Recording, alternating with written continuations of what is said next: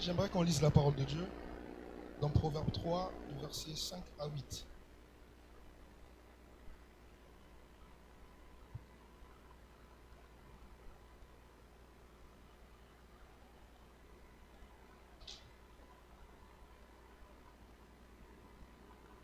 Proverbe, c'est juste après Apocalypse.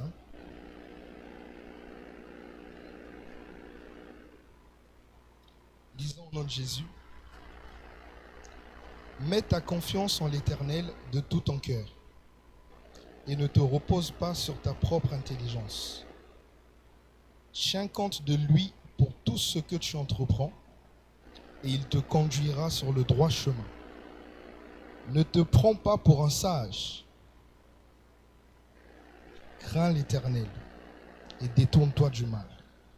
Ce sera une bonne médecine qui t'assurera la santé du corps et la vitalité de tout ton être. Amen. J'aimerais dire à quelqu'un ce matin qu'on peut tout te retirer. Mais si on t'a laissé Jésus, on t'a tout laissé. J'aimerais dire à quelqu'un ce matin qu'on peut te prendre toutes tes ressources. Toutes tes ressources. On peut te dépouiller. Mais si on t'a laissé Jésus, on t'a laissé la source de toutes tes ressources. Beaucoup ici, souvent, quand il y a une situation, on est dépassé, on est surpassé. On ne veut rien entendre, on ne compte plus sur nous-mêmes. Et parfois, on se dit que c'est terminé. Parfois, on dit que c'est fini. Parfois, on se dit que là, j'en peux plus, j'en ai marre. Là, c'est terminé pour moi. Mais j'aimerais te dire ce matin, notre Dieu ne réagit pas, mais il agit. Le fait qu'il ne réagisse pas, ça veut tout simplement dire qu'il n'est jamais dépassé par une situation. Il n'est jamais surpassé par une situation. Il est toujours assis sur son trône. Rien ne peut passer comme ça sans que Dieu dise un mot. Rien. Et j'aimerais commencer par un petit témoignage. Can I testify? Il y a quelques années, je vivais une période très difficile. J'étais très malade. Et en même temps, j'avais mes examens. C'était pas évident. J'ai essayé de bosser comme je pouvais. J'ai essayé de travailler. J'ai blanchi quelques nuits même, malgré mon mauvais état. Et je suis allé composer. J'ai fini de composer. La persécution ne s'arrêtait pas. À un moment donné, je suis resté couché sur mon lit. Je me suis dit, Seigneur, je vais aller à l'hôpital. Je vais faire des examens pour voir ce qui ne va pas. Et ensuite, je vais me relever parce que je sais que tu es avec moi. Je suis allé à l'hôpital. Arrivé à l'hôpital, j'ai fait tous les examens possibles. Tous les examens. Tous les examens. Mais au final, je n'avais rien. Et c'est à partir de ça que j'ai compris que ce n'était pas physique ce que j'avais. C'était spirituel. Et quand j'ai compris que c'était spirituel ce que j'avais, je suis rentré chez moi. J'ai commencé à réfléchir. Qu'est-ce qui ne va pas? Qui en veut à ma vie? Pourquoi cette situation, Seigneur? Pourquoi? Pourquoi? À un moment, je me suis dit, bon, que quelqu'un en veut à ma vie, c'est pas grave. J'aimerais dire à quelqu'un ce matin, dès le moment où tu viens au monde, tu as un problème pour quelqu'un, que tu le veuilles ou pas, dès le moment où tu viens sur cette terre plutôt, tu as un problème pour quelqu'un. Et dans cette situation, je me disais, Seigneur, soutiens-moi. Je vais jeûner malgré mon état et je crois que tu feras. J'ai commencé à jeûner. J'ai décidé de jeûner pendant 3 jours. J'ai commencé à jeûner, ça se passait bien. Le deuxième jour de mon jeûne, mes résultats tombent. Et malheureusement, je n'avais pas validé mon année. Je n'avais pas validé mon année. Ça a failli m'affecter, j'ai failli couper le jeûne parce que je me suis dit, malgré mon état, j'ai bossé. Là même, j'ai jeûné. Mais rien ne va. Seigneur, qu'est-ce qui se passe? Que quelqu'un dise à son voisin, le 3e jour, Jésus est ressuscité. J'ai pas entendu. Que quelqu'un dise à son voisin que le 3e jour, Jésus est ressuscité. Le 3e jour de mon jeûne, la matinée, j'avais déjà mes résultats. Mais le jury m'a écrit. Bonjour, monsieur Ikani. Je vous informe que vous avez validé votre année.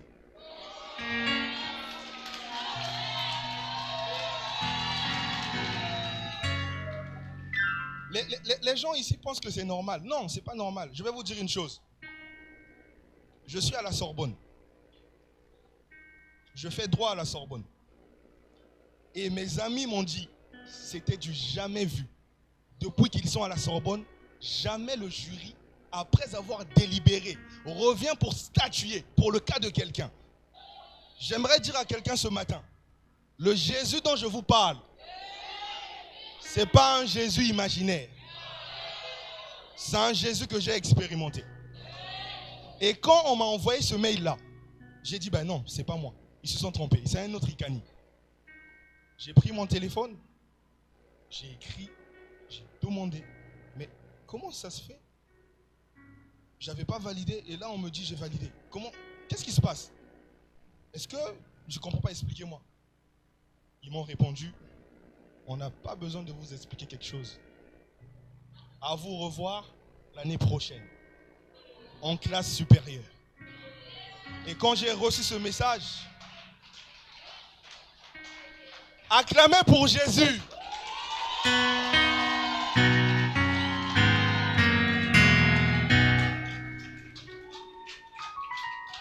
La Bible déclare qu'on ne marche pas par la vue mais par la foi. J'aimerais dire à quelqu'un que ta vie, que ta situation, que tes circonstances ne dépendent pas de ce qui se passe autour de toi. Mais ça dépend de ce que Dieu dit de toi. De ce que Dieu a prévu pour toi. Et quand j'ai parlé à quelques amis, on m'a demandé, est-ce que tu gères... Est-ce que tu gères quelqu'un à l'administration? J'ai dit non. Est-ce que tu as payé de l'argent? J'ai dit non. Mais comment tu as fait? J'ai dit c'est pas moi, c'est Jésus.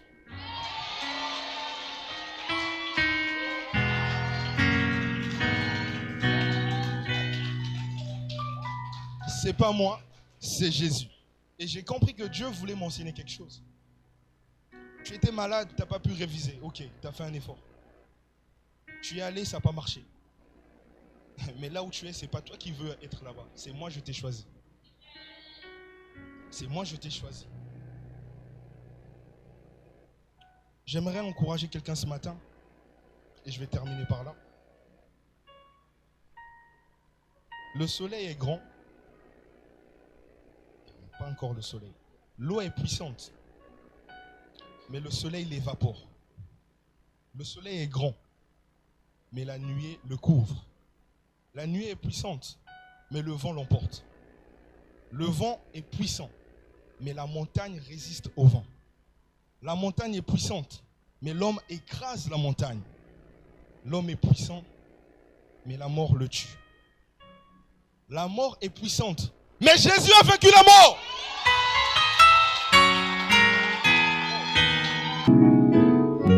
Waouh.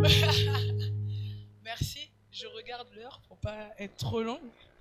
Après des témoignages comme ça, moi je suis impressionnée. Je sais pas quoi dire. En tout cas, je bénis vraiment le Seigneur. Je bénis le Seigneur pour le camp de grâce. Je bénis le Seigneur pour le prophète Yann qui me donne l'honneur de parler aujourd'hui. Je suis honorée d'être devant vous. Qui suis-je pour parler, même si je parle beaucoup de base. Je suis honorée. Et voilà. Donc, je voudrais prendre un passage. Parce qu'on est quand même chrétien, hein, on va quand même lire la Bible. Quand même. On va aller dans Romains 8 au verset 19.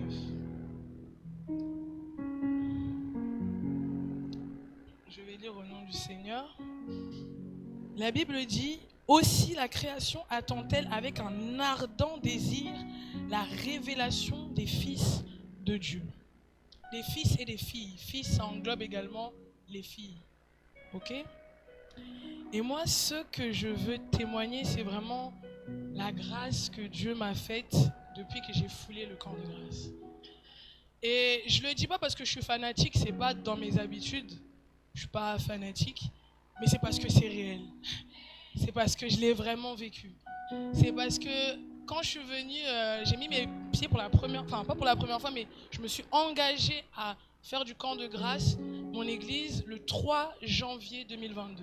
Nous sommes aujourd'hui le 3 juillet 2022 et dans cet espace, le Seigneur a bouleversé ma vie. Il a bouleversé ma vie, il a changé ma vie. Quand je suis arrivée dans cette église, le prophète Yann, un jour, il prêchait et il a dit, je vous mets au défi, côtoyez-moi seulement 6 mois et vous verrez si votre vie ne changera pas.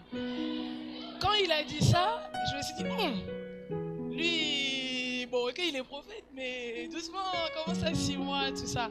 Je confirme que le Dieu du prophète Yann, il est vivant. Et pourquoi je vous ai fait lire ce verset-là? C'est parce que la création, le monde, soupire après la personne que tu es. Après la personne que je suis, pas selon mes parents, pas selon la société, pas selon ma propre pensée, mais selon ce que Dieu avait prévu en Éden. C'est-à-dire que quand il était là-bas, il avait prévu une certaine Sabrina. Et à un moment, la Sabrina, bon, la vie, hein, la jeunesse, elle a fait des embûches, elle a côtoyé des gens pas forcément côtoyables. Elle a fait des choses qui n'étaient pas selon l'image de Dieu. Et ensuite de ça, elle s'est conformée un peu à ce que ses parents voulaient d'elle, à ce que la société voulait d'elle, la pression sociale, il faut que. Et du coup, tu vis avec ça tous les jours de ta vie, tu as une pression sur les épaules et tu n'es pas toi-même en fait finalement. Et comme tu n'es pas toi-même, ben, tu ne nous bénis pas. Tu ne nous bénis pas parce que nous, on a besoin de toi. Le monde, il a besoin que Sabrina, celle que Dieu a créée, il m'a dit qu'il m'a créée à son image. Non, peut-être vous n'avez pas bien compris. On dirait que vous n'avez pas trop bien compris. Ça veut dire que quand Dieu se mire, il me voit.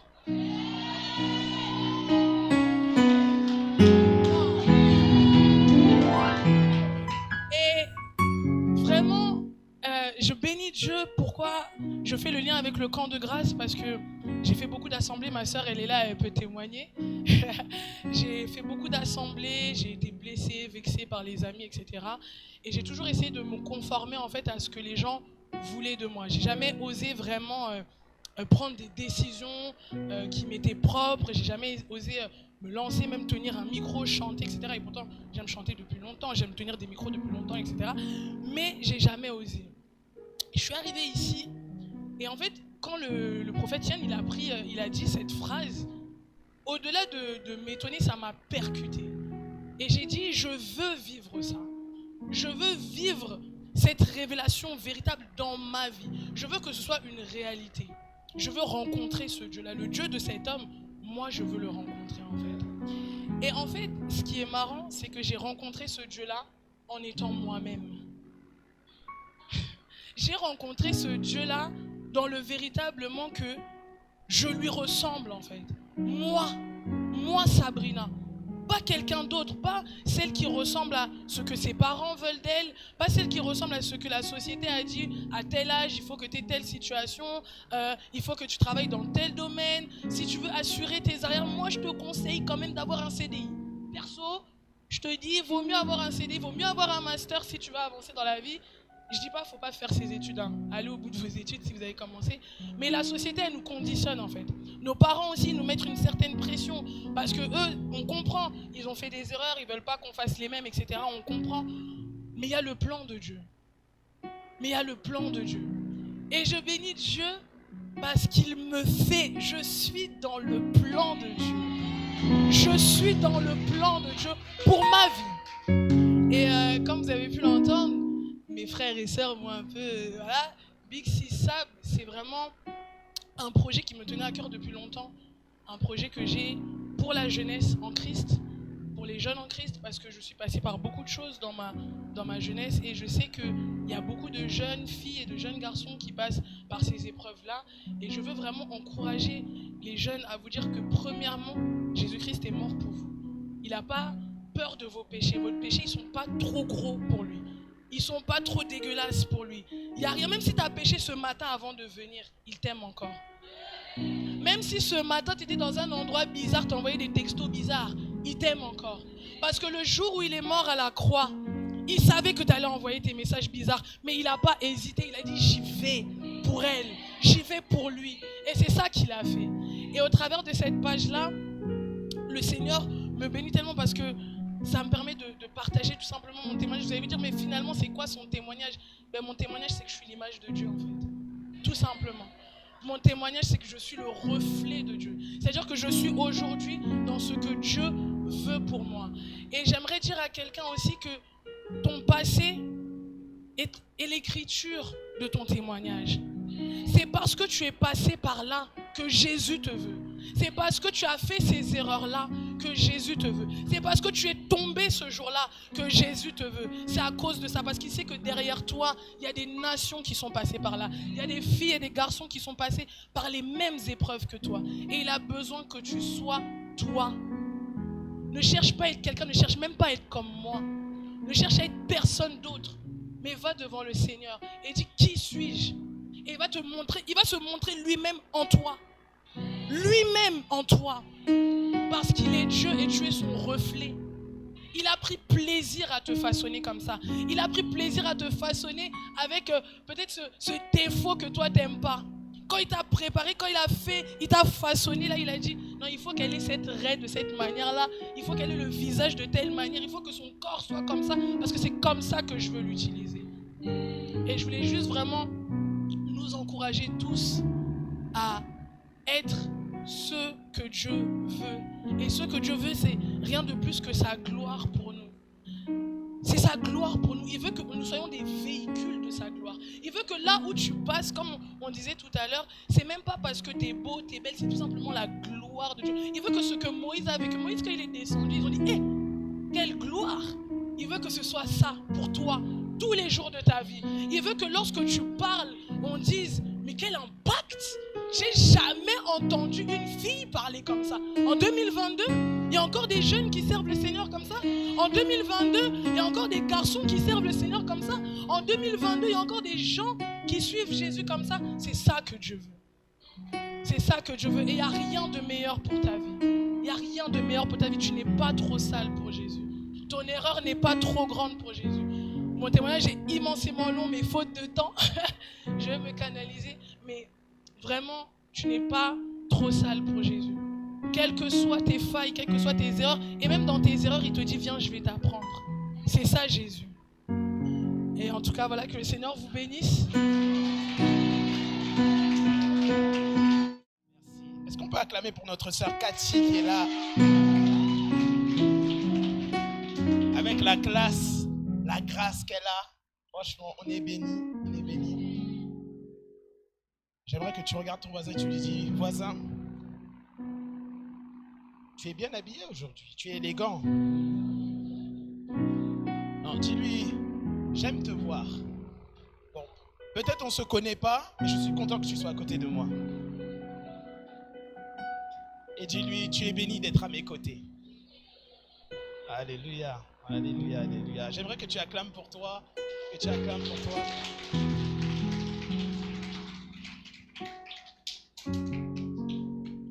Alléluia. J'aimerais que là où tu es, tu puisses fermer les yeux.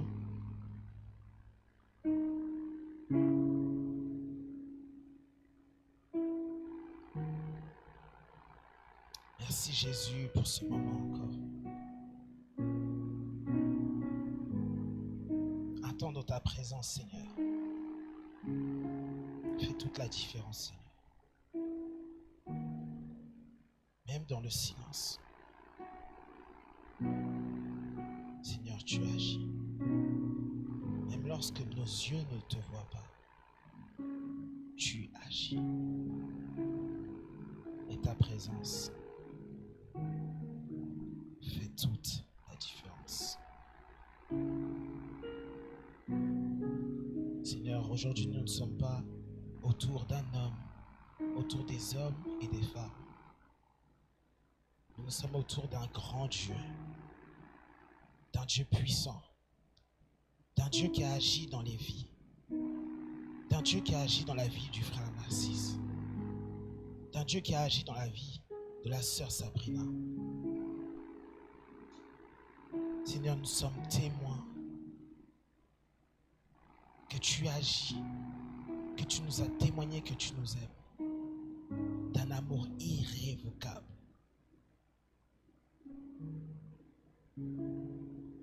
Toute chose est passée.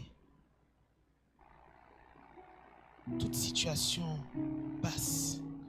Tout ce qui n'est pas profitable à notre salut, à notre vie, à notre famille, à nos amis, à nos voisins, aux personnes qu'on aime. Tout ce qui n'est pas profitable est éloigné de nous. Tu dis, tu prends nos péchés et tu les mets aussi loin qu'est l'Orient de l'Occident. Aussi loin, tu écartes nos péchés de nous. Seigneur, nous te remercions parce que c'est toi qui l'as fait et pas un autre.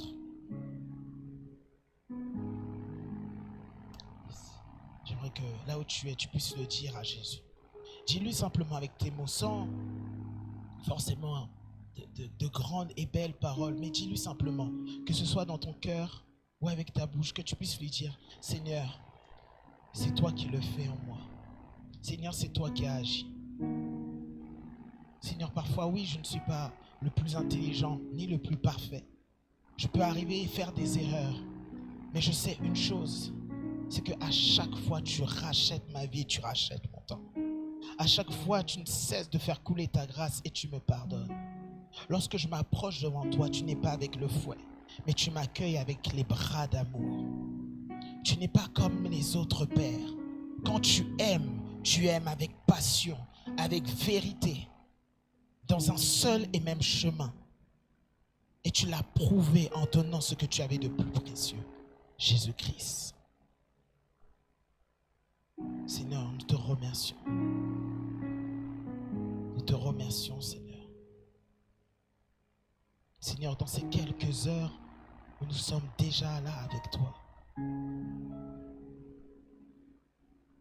tu as un plan, tu as des projets, tu veux restaurer des situations, tu veux ramener l'amour dans un cœur froid. Tu veux réunir des familles et montrer à des familles comment tu agis, comment tu veux qu'elles s'expriment, comment tu veux qu'elles grandissent dans un amour parfait, dans une paix que toi seul peux donner. Seigneur Jésus, nous te disons merci. Merci d'avance pour tous ces couples qui vont sortir, pour toutes ces personnes qui vont être là, ces grands frères, ces grandes sœurs, ces leaders, Seigneur Jésus. Nous te remercions, Seigneur. Sinon, nous le disons, ce n'est pas à nous que revient cette puissance, mais c'est à toi, Seigneur. C'est ta puissance qui agit en nous. C'est ton amour qui agit en nous, Seigneur. Nous te remercions, Seigneur Jésus.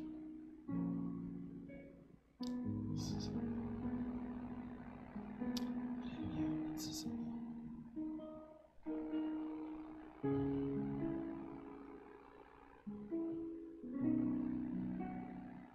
Merci Jésus, merci Jésus, merci Jésus.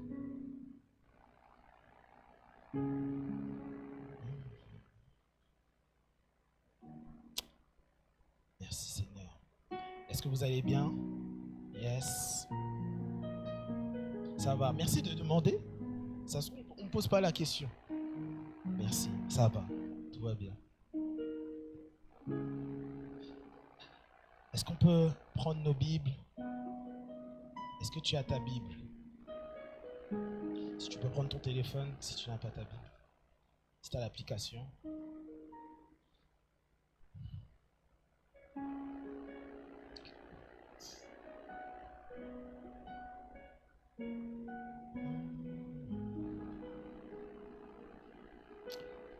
On va aller dans le livre de Actes, Acte 17. On va prendre juste un temps pour entendre la parole de Dieu. Et puis, juste après, on va avoir un temps de prière.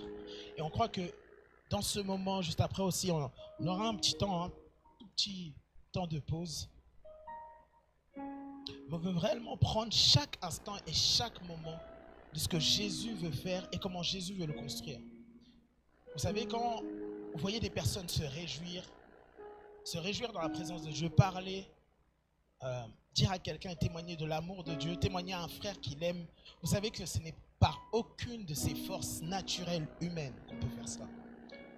Vous savez, on peut être tous ici, réunis dans ce lieu, et si Jésus ne se trouve pas là, il ne se passera rien. On entendra du bruit. Tu pourras prier d'une manière, mais on entendra du bruit. La Bible dit que ça sonnera comme un son confus, mais le Seigneur n'est pas là. Et croyez-moi, si vous voyez des personnes témoigner de la gloire de Dieu, témoigner, ça veut dire que Jésus est non seulement là, mais qu'il agit réellement. Et depuis tout à l'heure, on n'arrête pas de répéter, il agit, il agit. Donc il y a quelqu'un qui doit comprendre que le Seigneur est en train d'agir dans sa vie. Alors qu'il est assis ici, le Seigneur est en train de construire et faire quelque chose.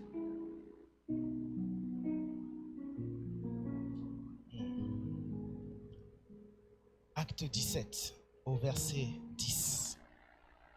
Aussitôt, les frères firent partir de nuit Paul et Silas.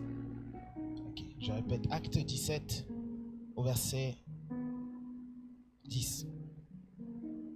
Aussitôt, les frères firent partir de nuit Altesse et Ridensky au camp de... Excuse-moi, ma version, on dirait elle est un peu différente, mais je vois qu'il est écrit aussitôt les frères firent partir de nuit Paul et Silas pour la France, pour Bérée.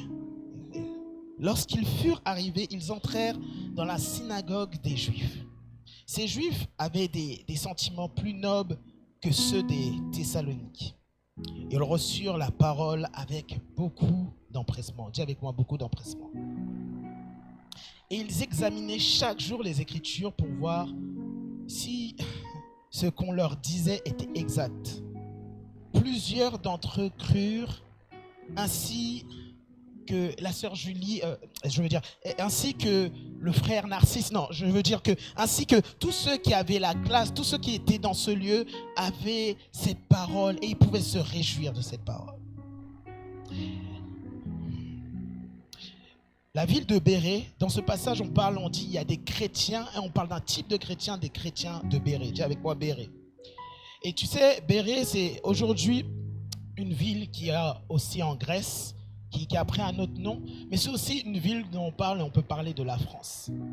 Et là, on est en train de dire que Paul et Silas arrivèrent en France. Vous voyez la parole de Dieu, quand on lit la parole de Dieu, lorsqu'on la lit encore, parfois ça peut être encore un roman, ça peut être encore une belle histoire. Mais tu vois, quand tu sors et tu prends la parole de Dieu pour toi et tu commences à la prendre pour vérité, la Bible sort et maintenant ça devient une réalité que toi-même tu peux poser tes pas. Tu vois, Paul et Silas peuvent se balader en ce lieu. Paul et Silas peuvent se tenir ici en ce lieu. Le prophète Yann, je veux dire que Paul peut continuer à venir au-devant toi et venir te parler. On dit que chaque jour, ils donnaient et ils essayaient d'expliquer les Écritures. Dis avec moi les Écritures. Et on dit que ces chrétiens de Bérée avaient des sentiments plus nobles. Ces chrétiens de Bérée, lorsqu'ils entendaient la parole de Dieu, elle n'était pas pour eux juste une simple parole d'homme. Ce n'était pas juste « Oh, ça va, tu vas bien. Oh, tu sais, tu es simplement belle, tu es bien. Moi, je t'aime bien, etc. » Il y a ces paroles qui sont bien et qui font bien du bien au cœur. Mais ces paroles où quand on parle de la parole de Dieu, ils avaient un empressement. Ils se disaient même le salut de Paul pouvait être prophétique pour eux. Ils pouvaient regarder, et on peut regarder ces familles. Paul pouvait s'approcher des familles et leur dire « Mon Dieu est en train de vous guérir. » Et dès à présent, on dit qu'ils avaient un cœur où ils étaient empressés de saisir cette parole. Dans le livre d'Hébreux, Hébreux 4, la Bible dit qu'ils reçurent cette parole, mais elle ne trouva pas chez eux de la foi. Donc il est possible de prêcher la parole de Dieu, de venir à l'église. et que la foi ou ce qui est présenté de la part du Seigneur, que tu ne partes avec 0. Mais je ne veux pas te faire peur parce que certains se disent « Oh non, moi je ne veux pas parce que ça va recommencer. » Non, ne t'inquiète pas. J'ai déjà dit, on l'a déjà dit ici, c'est le Seigneur qui agit. C'est-à-dire pendant que tu es là, pendant que tu es en train de d'entendre les paroles que je suis en train de prononcer, eh bien le Seigneur est en train de construire et d'agir dans ta vie, dans ton cœur. Et même si je ne parle pas, il agit. Parce que c'est sa présence qui fait la différence. Dis avec moi, c'est sa présence qui fait la différence. Oh Jésus. C'est sa présence qui fait la différence. On dit qu'ils avaient le cœur qui était pressé d'écouter la parole de Dieu. Est-ce qu'on peut aller dans le livre de Luc 1? Luc 1. Luc 1. Luc 1. Au verset 28. Et regardons tous ensemble. Faisons comme les chrétiens de Bérée. Ils examinaient les Écritures. C'est-à-dire que pendant que Paul parlait, pendant que Silas pouvait parler, ils écoutaient et ils regardaient les Écritures. Est-ce que nous pouvons faire la même chose? Est-ce que quelqu'un peut dire Amen s'il le croit et s'il veut le faire? Alléluia. Donc Luc 1 au verset 28.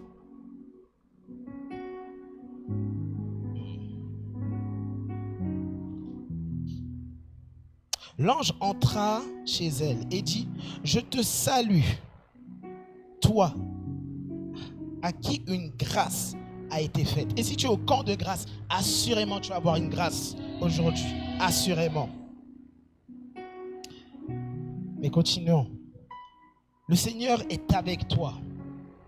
Troublée par cette parole, Marie se demandait ce que pouvait signifier une telle salutation. L'ange lui dit, ne crains point, Marie, car tu as trouvé grâce devant Dieu. Et voici, tu deviendras enceinte et tu enfanteras un fils et tu lui donneras le nom de Jésus. Dis avec moi Jésus.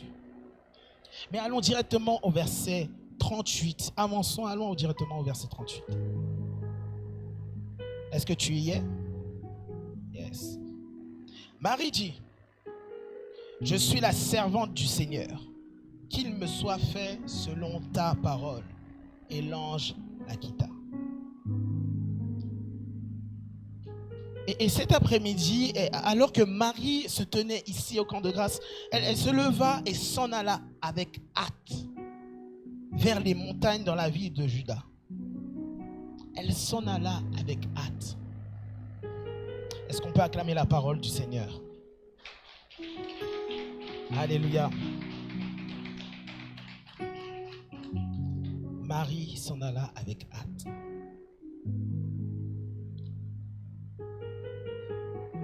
Marie, ça peut être toi qui es assis ici. Marie, ça peut être n'importe lequel d'entre nous, homme ou femme. Parce que Marie a reçu une grâce. Et si tu as reçu Jésus, tu as reçu une grâce. De la même manière.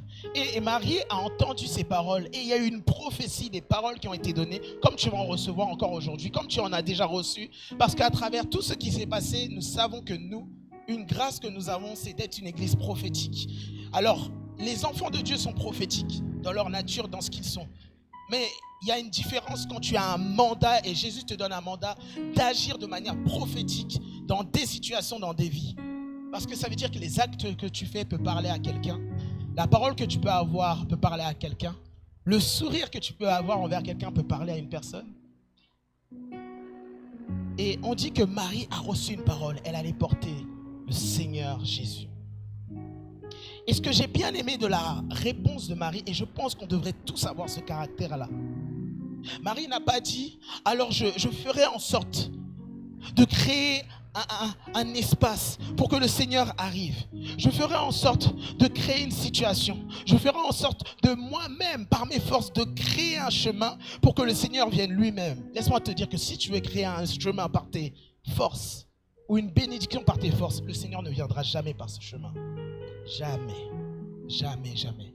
Puisque l'ange lui dit, et Marie pose la question, mais comment Dieu va venir en moi? Et l'ange lui dit, ce n'est pas par tes forces. C'est par l'esprit qui va venir sur toi. Et tu vas enfanter, tu vas recevoir. C'est pour cela que dès le départ, j'ai dit, ce n'est pas une question de force. Ce n'est pas une question parce que tu cries le plus fort ou parce que tu danses d'une certaine manière. Mais c'est à cause de la foi, de ce que tu crois que Dieu est capable de faire. Et moi aussi, je crois que Dieu est capable de faire. J'ai juste à dire, Jésus agit dans ma vie, je sais que tu vas le faire. Et j'attends simplement. Je sais que la parole peut créer des actions à l'intérieur de nous. La parole peut créer un langage. La parole peut créer des ouvertures dans notre vie. La parole peut nous aider à savoir parler à nos enfants. La parole peut créer des ouvertures dans notre vie, des occasions clés pour que nous passions à un autre niveau. Dis avec moi, un autre niveau. Et je répète la parole de Marie. Marie dit, je suis la servante du Seigneur. Qu'il me soit fait selon ma force. Qu'il me soit fait selon la force de Modeste. J'aime mon frère Modeste. Je love you, love you. Mais qu'il me soit fait selon la force de mon prophète. Non, et qu'il me soit fait selon ta parole. Sur ce moment, ce qui comptait, c'était la parole. Tu sais, un homme de Dieu peut venir, une femme de Dieu peut venir et te donner une parole.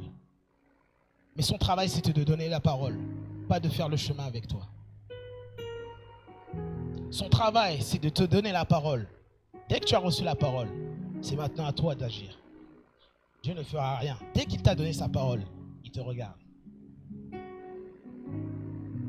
Parce que dès qu'elle dit qu'il me soit fait selon ta parole, la Bible dit, et l'ange la quitta. Donc l'ange n'avait plus besoin de rien faire. Il a regardé en Marie, il a dit, elle a ce qu'il faut pour aller plus loin. Elle a ce qu'il faut pour aller et connaître de nouveaux territoires, de nouvelles saisons. Ils ont ce qu'il faut pour avoir une nouvelle salle. Ils ont ce qu'il faut pour être avec des gens prophétiques. Ils ont ce qu'il faut pour ramener des âmes dans cette église. Ils ont ce qu'il faut.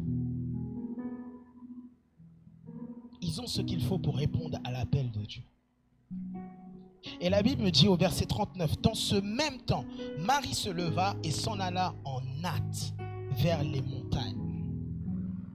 Vous savez, quand on commence à crier, et quand nous, en tout cas au camp de grâce, lorsqu'on entend une parole, lorsqu'on voit, et il y a des temps de service prophétique, lorsqu'il y a des temps où on parle, on dit juste Jésus.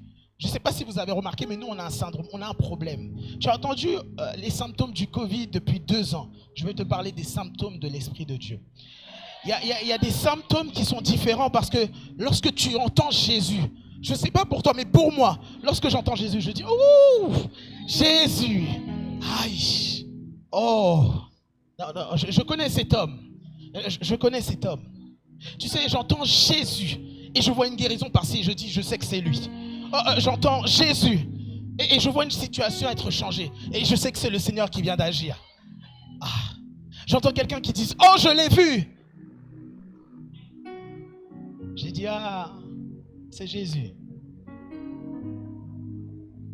Et tu vois, Marie, alors qu'elle a reçu cette parole, elle a dit, et la Bible nous dit, qu'elle s'en alla avec hâte. Et j'aimerais que quelqu'un se mette debout avec moi. Que quelqu'un dise, je m'en vais avec hâte. Je m'en vais avec un cœur réjouissant.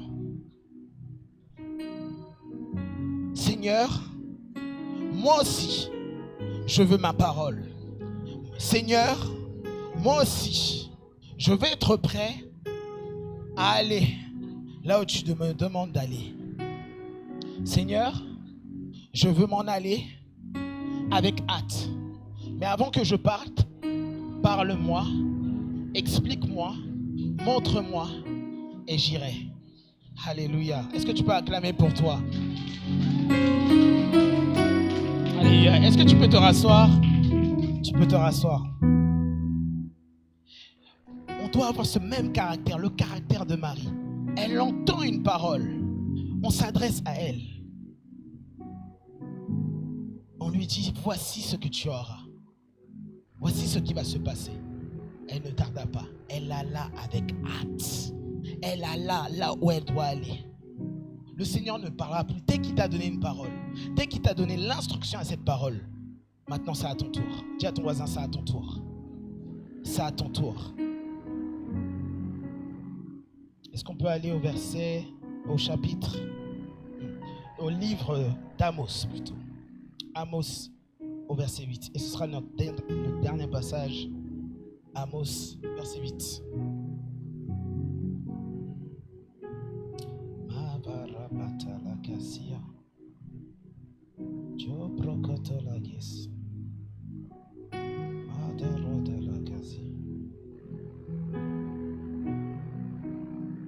Amos, c'est après Apocalypse. Amos. Amos chapitre 8 au verset 11. Est-ce que tu y es? Yes. 1, 2, 3. Voici les jours viennent, dit le Seigneur l'Éternel, où j'enverrai la famine dans le pays. Non pas la disette du pain et la soif de l'eau, mais la faim et la soif d'entendre les paroles de l'Éternel. Je vais relire ce passage, je vais relire ce verset. Voici les jours viennent, et je te dis qu'elles sont déjà venues, où dit le Seigneur, où j'enverrai la famine dans le pays, non pas la disette du pain et la soif de l'eau. On ne te parle pas des choses premièrement naturelles. Dieu ne s'occupe pas déjà de ça. Et non, il regarde premièrement des choses d'en haut, spirituelles. Et regardons encore ce que la parole de Dieu dit. Mais la faim et la soif d'entendre la parole de l'Éternel. Ce qui fait du bien, c'est d'entendre à chaque fois une nouvelle parole pour nous. Je ne sais pas si vous savez, mais le peuple israélite, lorsqu'ils étaient dans le désert, chaque jour, ils avaient du pain. Chaque jour, il y avait du pain qui pleuvait, qui descendait du ciel pour eux, et ils pouvaient manger. Mais le pain qu'ils avaient mangé aujourd'hui, ils ne pouvaient pas le reprendre pour demain. Donc ça veut dire que chaque jour, Dieu doit te parler et a une parole pour toi. Chaque jour. Dis avec moi, chaque jour. Donc, regarde ton voisin, parce que quand c'est moi qui le dis, il me regarde un peu, l'air de dire, bon, est-ce qu'il est sûr de ce qu'il dit le frère? Non, regarde toi-même ton voisin, regarde la personne, dis-lui, chaque jour, le Seigneur a une parole pour toi. Et dans cette parole qui est donnée, le Seigneur s'adresse à toi de manière personnelle. Dis avec moi, de manière personnelle. Et si tu ne reçois pas déjà cette parole, je vais te dire ce qui va se passer ou ce qui se passe généralement. Et la Bible dit au verset suivant. Ils seront alors errants d'une mer à l'autre. Ils seront alors errants d'une église à une autre. Okay. Et du septentrion à l'orient, ils iront ça et là chercher un prophète, chercher un pasteur, chercher un évangéliste, chercher un homme de Dieu, une femme de Dieu. Et ils ne trouveront pas ce qu'ils ont besoin. Tu sais, parfois, le manque de constance spirituelle, le manque de force qu'on a besoin pour aller dans notre mission avec Dieu, parfois se traduit par un manque de parole. Tu sais, quand on vient dans un lieu, on peut savoir quand tu es spirituel, tu peux savoir quand une atmosphère est bonne pour un miracle, tu peux savoir quand une atmosphère est bonne pour une guérison, tu peux savoir quand une atmosphère est bonne pour rencontrer le Seigneur. Tu sais, parce que ça dépend déjà d'une parole. Et des fois, on a une carence. Et la Bible nous dit qu'on a une carence, non pas de manger ou de boire, mais de parole de Dieu. Et parfois, certains ne trouvent pas leur église. Le problème, ce n'est pas que les églises sont mauvaises, ou les églises ne sont pas bien, le pasteur n'est pas bien, etc.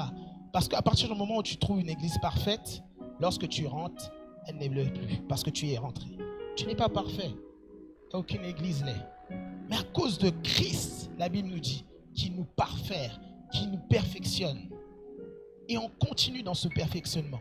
Mais parfois, lorsqu'on ne trouve pas une église, c'est parce qu'on n'a pas trouvé la parole qu'il nous faut.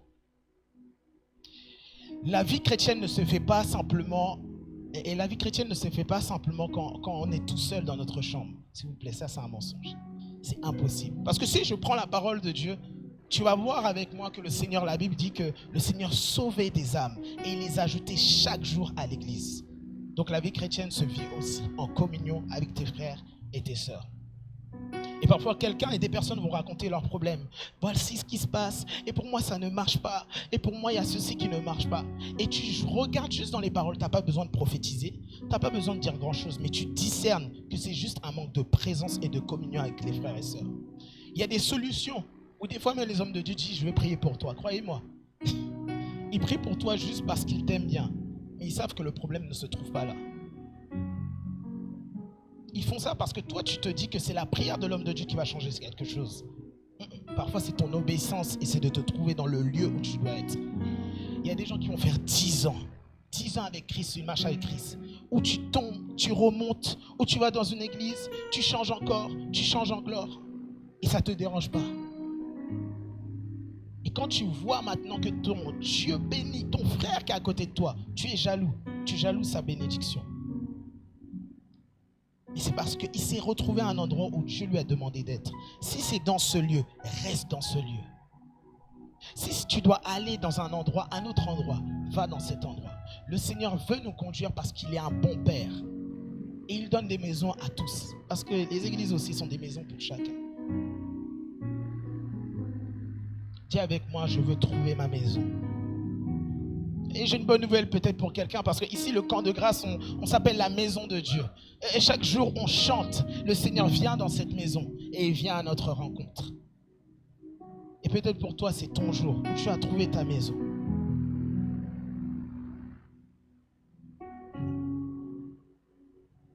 J'aimerais que quelqu'un ferme les yeux.